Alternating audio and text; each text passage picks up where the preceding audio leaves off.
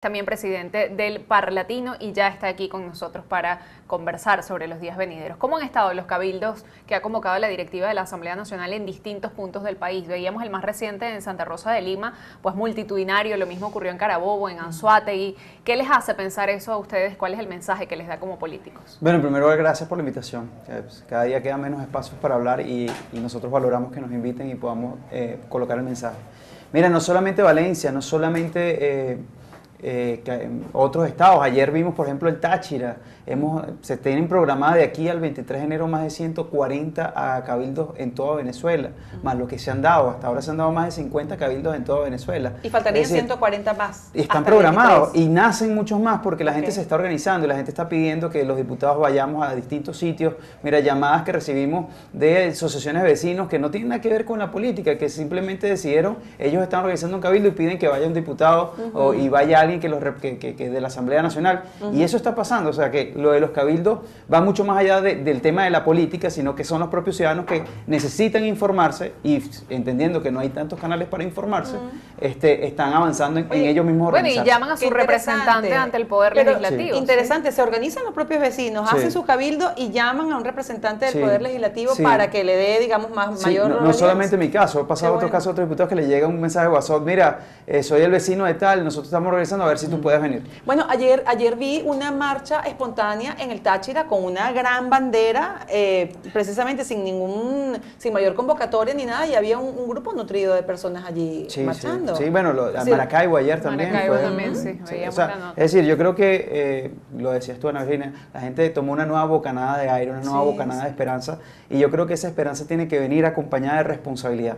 Tiene que venir acompañada también de pisar muy firme sobre lo que estamos, sobre la crisis que estamos padeciendo y sobre lo que estamos enfrentando. Y eso requiere un nivel enorme de responsabilidad con la gente y enorme de responsabilidad con el discurso. Es decir, nosotros lo que estamos haciendo en los cabildos no estamos vendiendo sueños, estamos vendiendo esperanzas ciertas. Y la esperanza cierta es que este es un momento donde podemos caminar todos hacia un proceso de transición política en este país. Pero para eso, volvemos a lo mismo, tenemos que caminar todos. Claro. Y todos tenemos que empujar. ¿Qué se les dice a esos vecinos, a esas personas que asisten a los cabildos abiertos? Sobre todo para que la audiencia en el exterior entienda qué es lo que se comunica allí. Y qué es lo que se está esperando para los próximos días, para el 23, por ejemplo. Mira, lo primero que se les explica es que esto es como lo hemos como dividido, tratado de, para organizarnos mentalmente, hemos colocado esto como en 3 etapas, o 3 fases, que no necesariamente son etapas, 3 fases. La primera tiene que ver con la organización social y es lo que está pasando con los cabildos y es lo que va a pasar con el 23 y posterior al 23. Seguir acumulando fuerza, pero fuerza consciente. No es fuerza de marchemos por marchar, o salgamos a la calle por salir a la calle, o salgamos a romper los vidrios, no. Es fuerza consciente de por qué estamos organizando y para qué nos estamos organizando. Efectivamente, esa fuerza tiene que lograr no solamente que civiles tengan conciencia, sino que los civiles logremos que los militares tomen conciencia también. Y eso nos tiene que llevar a otra fase, que es la fase de transición política. ¿Qué es la transición política? Lo que estamos construyendo desde el punto de vista legal desde la Asamblea Nacional. Ahora, que tú decretes una ley no significa que eso decrete en la realidad. Lo único que desde la Asamblea Nacional lo que estamos haciendo es colocando como el camino, el asfalto, donde va a transitar o la idea por donde va a recorrer esa transición.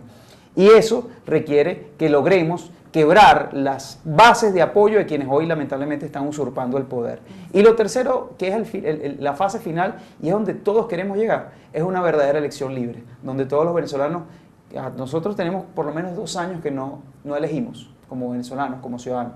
Y nosotros tenemos que llegar este año, y es el objetivo final, lograr que este año los venezolanos puedan elegir de verdad, libremente, a su conciencia y sin ningún tipo de atadura. Ese es el objetivo final de todo esto que estamos haciendo. Y eso, en términos generales, es lo que nosotros hemos denominado la transición política. Fácil no es. Complicado mucho, porque además esto está colocado o hundido dentro de una crisis social y económica brutal, que nos pega a todos por igual.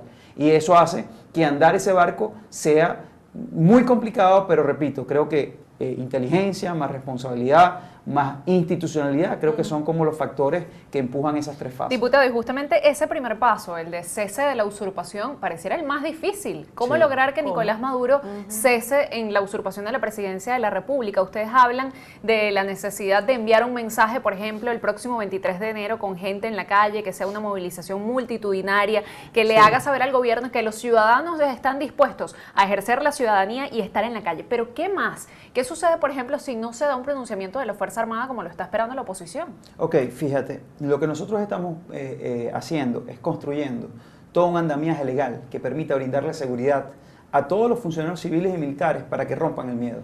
Porque, ¿qué pasa? Más allá de lo que yo piense, hay un grueso importante de este país que tiene mucho miedo. Tiene mucho miedo por represalias, tiene mucho miedo el trabajador por perder su trabajo, tiene mucho miedo el que se calla y se la cala para poder recibir el CLAT, porque si habla no come, literalmente. Si decide quejarse, el gobierno no come, se quedó sin comer él y sus hijos, y eso le da miedo. Y también en los sectores militares hay miedo. Hay mucho miedo de hablar. Teníamos una denuncia que estaba haciendo la diputada Yajaira Forero, que una policía nacional, simplemente por poner en su estado WhatsApp que no está de acuerdo con Maduro, hoy está detenida. Entonces, esto es todo un esquema de miedo hacia todos los funcionarios que viven y padecen lo mismo que vivimos nosotros. Entonces, la organización social que busca lograr tocar esas conciencias y a través de un mecanismo institucional brindarle seguridad. Yo creo que sientan el respaldo de un pueblo y además sientan el respaldo de la ley y de las instituciones, permite quebrar el miedo. Y el miedo se quiebra solamente con seguridad, claro, y la seguridad se logra con estos pasos. Se está construyendo justamente esto que va a ocurrir el 23 de enero con estos cabildos abiertos, sí, más de 140, 200, más o menos ha dicho que entre lo que se ha hecho y lo que se espera hasta el 23. Ese día, ¿qué se espera? Sé que van a anunciar todos los pasos que se van a seguir y todo esto muy cercano a la fecha para no develar estrategia, pero ¿qué va a pasar? Y otro punto importante, diputado, es que ya contando con ese respaldo del pueblo el 23 de enero, faltaría esa segunda fase que es la Fuerza Armada Nacional. La Asamblea debe demostrar que tiene de alguna manera capacidad de negociar precisamente con la Fuerza Armada para lograr ese quiebre. ¿Qué está previsto allí? Bueno, lo primero es que entendamos que el 23 de enero no es una fecha de Caracas. Es decir, el 23 de enero va a ser un evento para el país y por tanto no solamente va a haber movilizaciones en Caracas, sino en el país. Lo digo porque uno que es del interior siempre tiene ese tema de que todo sucede en Caracas, sí, y es parte de nuestra cultura, dejarle a otro que los caraqueños lo hagan. No, esto es un problema que lo va a hacer toda Venezuela y el 23 de enero es una fecha para todo el país. Segundo, allí lo primero que se tiene que hacer es tener una demostración enorme de fuerza, de cambio, de deseos de cambio y posicionar un mensaje. Y eso es lo que tenemos que hacer desde la dirigencia política, o al menos de la Asamblea Nacional. Posicionar un mensaje. ¿Qué es posicionar un mensaje? Explicar claramente cómo son todos estos pasos. ¿Qué es lo que sigue después del 23 de enero? Porque el 23 de enero no es la fecha última, no es el día D, no es donde se acaba todo. Muy por el contrario, estamos en un proceso y ese proceso nos debe llevar a la transición. ¿Cómo se come esa transición? Miren, eso va a depender de cómo se comporte quienes usurpan el poder. La gran verdad es que, y algo que es importante explicarle a la gente, es que lo que estamos viendo es inédito.